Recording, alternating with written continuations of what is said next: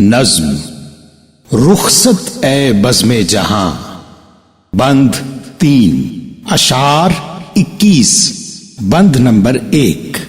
مشکل الفاظ کے معنی افسردہ پریشان یا اداس ہونا درخور محفل محفل کے لائق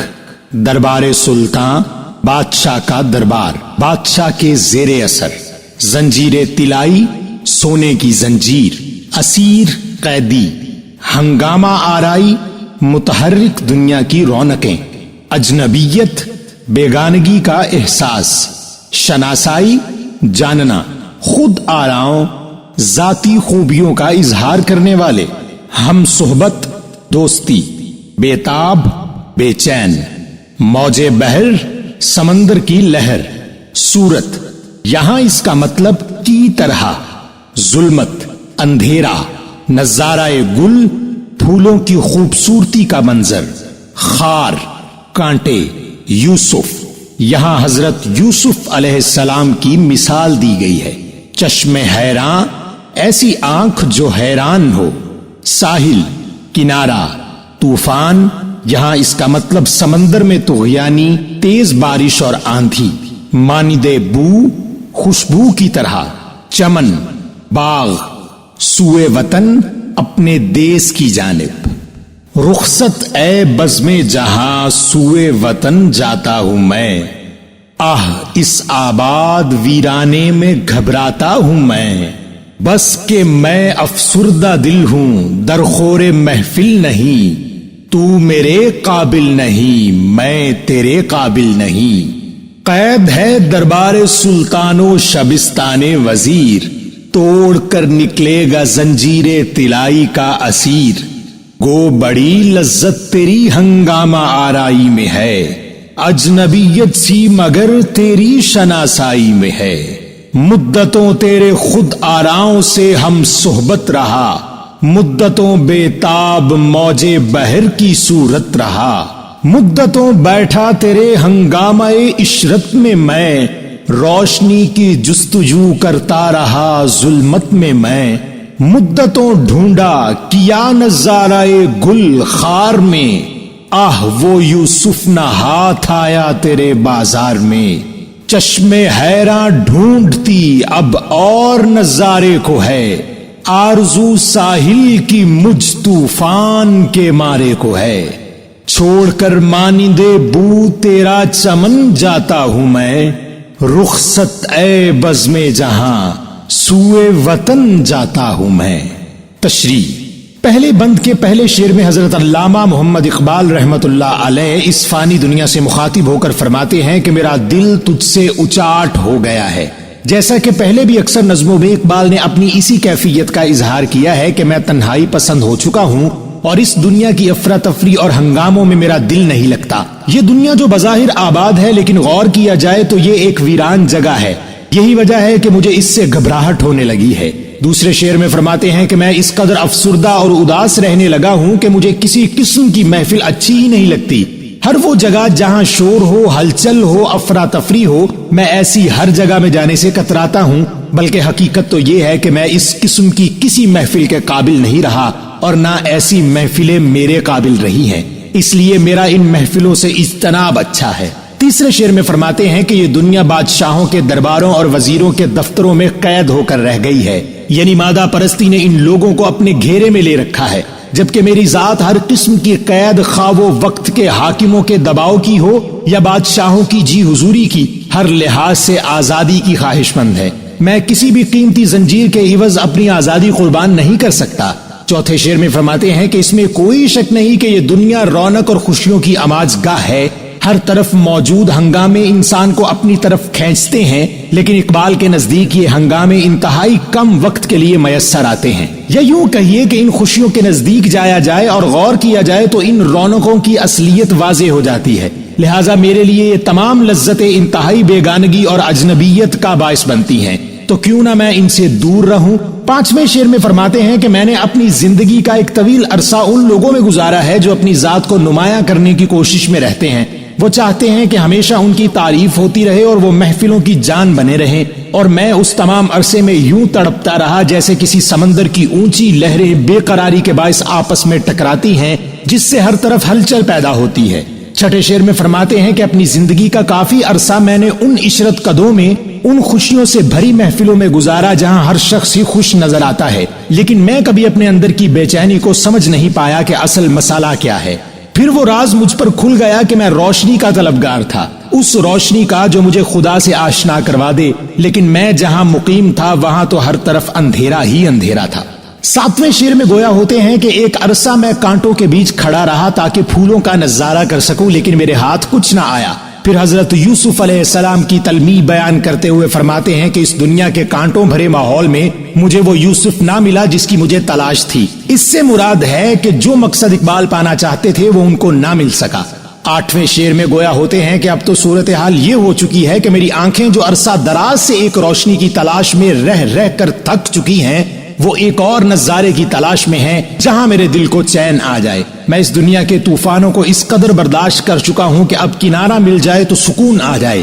یہاں طوفانوں سے مراد زندگی میں پیش آنے والی افراتفری اور ہنگامے ہیں۔ اس بند کے آخری شعر میں اقبال دنیا سے مخاطب ہو کر کہتے ہیں کہ اگر تجھے چمن یعنی ایک باغ بھی سمجھ لیا جائے تو اب میں تیری رنگینی ایسے چھوڑ کر جا رہا ہوں جیسے ایک رنگوں بھرے پھول سے اس کی خوشبو جدا ہو جاتی ہے۔ اے بزم جہاں، اب تجھے چھوڑ کر میں اپنے وطن جا رہا ہوں جہاں کی مجھے تلاش ہے۔ یہاں وطن سے مراد وہ تنہائی ہے جس کی تلاش میں اقبال عرصہ دراز سے ہیں۔ بند نمبر 2، مشکل الفاظ کے معنی۔ سکوت، خاموشی، دامن کوہسار، پہاڑوں کے بیچ، موسیقی گفتار، ایسا راگ جس کی ایک آواز ہو، ہم نشیں، ساتھی یا دوست، نرگس شہلا، نرگس کی ایک قسم جس کا پھول زرد ہونے کی بجائے سیاہ اور انسانی آنکھ سے مشابہ ہوتا ہے، ہمسایہ بلبل، بلبل کے ساتھ رہنے والا، فرش سبز یعنی گھاس، کوئل، ایک پرندہ جس کی آواز بہت گونجدار اور دل آویز ہوتی ہے، بزم ہستی یعنی یہ دنیا، محفل آرائی، دنیا والوں سے گھلنا ملنا، دل شاعر، شاعر کا دل، کنج تنہائی، ایسا کونا جہاں کوئی نہ ہو، گھر بنایا ہے سکوت دامن کوہسار میں، آہ یہ لذت کہاں موسیقی گفتار میں، ہم نشین نرگس شہلا، رفیق گل ہوں میں، ہے چمن میرا وطن، ہمسایہ بلبل ہوں میں، شام کو آواز چشموں کی سلاتی ہے مجھے، صبح فرش سبز سے کوئل جگاتی ہے مجھے، بزم ہستی میں ہے سب کو محفل آرائی پسند، ہے دل شاعر کو لیکن کنج تنہائی پسند۔ تشریح۔ دوسرے بند کے پہلے شعر میں آپ نے اس وطن کی نشاندہی کی ہے جس کا ذکر پہلے کر چکے ہیں کہ میں نے پہاڑوں کے بیچ ایک ایسا گھر بنا رکھا ہے جہاں صرف میری تنہائی اور میں رہتا ہوں۔ پھر فرماتے ہیں کہ وہ خاموشی جو وہاں میسر ہے، اس خاموشی سے ایسا سرور ملتا ہے کہ آواز کی موسیقیت یا راگ سننے سے بھی وہ کیفیت نہیں مل سکتی۔ میں ایک ایسے پھول کا ساتھی ہوں جو نرگس کے پھول جیسا نظر آتا ہے، لیکن یہ پھول زرد ہونے کی بجائے سیاہ اور انسانی آنکھ سے مشابہ ہے، یعنی انتہائی خوبصورتی اور دلکشی کے حامل پھول میرے دوست بن گئے ہیں، اور یہ باغ ہی میرا وطن ہے جہاں میں جانا چاہتا ہوں، ایسا باغ جہاں کے پرندے جیسے کہ بلبل میرا ہمسایہ ہو اور میں قدرت کا قرب حاصل کر سکوں۔ اور اگلے شعر میں کیا ہی خوبصورت انداز میں منظر کشی کرتے ہوئے اپنے وطن کا ذکر کرتے ہیں کہ جب میں رات کو سونے کے لیے لیٹتا ہوں تو چشموں کے گرتے ہوئے پانی کی خوبصورت آواز میرے لیے کسی لوری کا کام کرتی ہے اور میں اسی آواز کو سنتے ہوئے سو جاتا ہوں، اور صبح کوئل کی بے انتہا خوبصورت اور دل آویز آواز سبز گھاس کے بستر سے مجھے جگاتی ہے۔ اس دنیا میں ہر شخص اپنی ستائش اور مدح سرائی چاہتا ہے، یہاں لوگ اپنی نمائش چاہتے ہیں، ہر پل محفلیں سجانا چاہتے ہیں، اور انہی محفلوں کی بدولت یہ لوگ خوش رہتے ہیں، جبکہ ایک شاعر کا دل اس قسم کے شور شرابوں سے دور ایک ایسے گوشے کی تلاش میں رہتا ہے جہاں صرف اس کی تنہائی اور وہ ہو۔ بند نمبر 3، مشکل الفاظ کے معنی۔ جنون، وحشت، پاگل پن، کوہ کی وادی، پہاڑوں کے بیچ کوئی وادی، سبزہ زاروں، باغ یا ہریالی سے بھرے مقامات، تانا زن، چپتی ہوئی باتیں، شیدا، کسی چیز یا انسان کے لیے دیوانہ ہونا، کنج عزلت، گوشائے تنہائی، غافل، بے خبر، لا علم، پیامی، پیغام دینے والا، بزم قدرت، اللہ کی محفل، شمشاد ایک بلند قد کا درخت، صنوبر قمری فاختہ کی قسم کا پرندہ، گوش بر آواز جس کے کان صدا پر لگے ہوں، عاشق عزلت تنہائی کا دیوانہ، نازاں ناز کرنے والا، خندہ زن مذاق اڑانا یا کسی پر ہنسنا، مسند تخت عہدہ، دارا ایک مشہور ایرانی بادشاہ جو سکندر اعظم کے زمانے میں مارا گیا، سکندر اعظم، زیر شجر درخت کے نیچے رہ رہ کر مراد بار بار، حیرت کلا مراد حیرت کا گھر، نمود ظاہر ہونا، گل کی پتی پھول کی پتی، راز ہست و بود کائنات میں چھپی ہوئی حکمت، ہے جنوں مجھ کو کہ گھبراتا ہوں آبادی میں ڈھونڈتا پھرتا ہوں کس کو کوہ کی وادی میں شوق کس کا سبزہ زاروں میں پھراتا ہے مجھے اور چشموں کے کناروں پر سلاتا ہے مجھے، تانا زن ہے تو کہ شیدا کنج عزلت کا ہوں میں، دیکھ اے غافل پیامی بزم قدرت کا ہوں میں، ہم وطن شمشاد کا قمری کا میں ہم راز ہوں، اس چمن کی خامشی میں گوش بر آواز ہوں، کچھ جو سنتا ہوں تو اوروں کو سنانے کے لیے، دیکھتا ہوں کچھ تو اوروں کو دکھانے کے لیے، عاشق عزلت ہے دل نازاں ہوں اپنے گھر پہ میں، خندہ زن ہوں مسند دارا و اسکندر پہ میں، لیٹنا زیر شجر رکھتا ہے جادو کا اثر، شام کے تارے پہ جب پڑتی ہو رہ رہ کر نظر،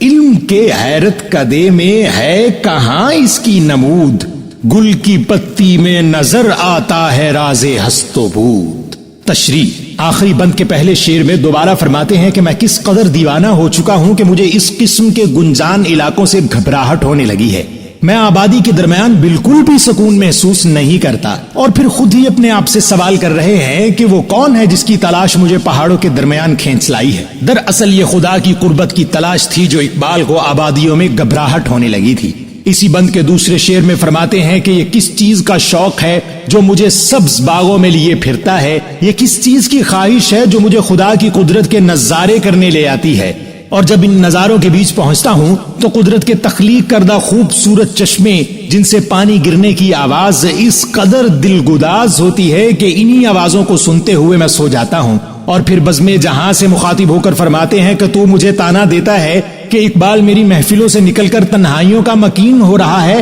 اور تیرے لیے یہ بات بڑی مضحکہ خیز ہے کہ مجھے تنہائی میں رہنا کیوں پسند ہے۔ اس کی وجہ یہ ہے کہ تو میری ذات سے واقف نہ ہے، میں تو قدرت کے راز اور حکمتوں کا پیغام لے کر آنے والا ہوں، میرا مقصد اللہ کی قدرت کاملہ کا اظہار تمہارے سامنے کرنا ہے۔ اگلے شعر میں فرماتے ہیں کہ میں ایک خوش قد درخت جیسے صنوبر کا درخت ہے اس کی صحبت میں رہتا ہوں، اور وہ پرندہ جس کا نام قمری ہے وہ کس کا عاشق ہے، اس کے پیچھے کون سے راز ہیں، میں ان سے بھی آگاہ ہوں، لیکن جہاں میں مقیم ہوں یعنی ان پہاڑوں کے دامن میں، یہاں انتہائی خاموشی ہے، سناٹا ہے، لیکن میں اس خاموشی میں موجود آواز کو بھی سن سکتا ہوں، اور یہ آواز ہر آواز پر بھاری ہے، اور جو کچھ بھی میں اس تنہائی اور سکوت میں موجود آواز سے سنتا ہوں وہ میں اوروں کو سناتا ہوں، اور یہی نشانی ہے کہ میں قدرت کے نظاروں، رازوں اور حکمتوں کو اللہ کے بندوں تک پہنچانے کا کام کر رہا ہوں، اور جو کچھ اس تنہائی میں دیکھتا ہوں یہ بھی کوشش کرتا ہوں کہ وہ سب دوسروں کو بھی دکھاؤں، کیونکہ قدرت کی قربت سے ہی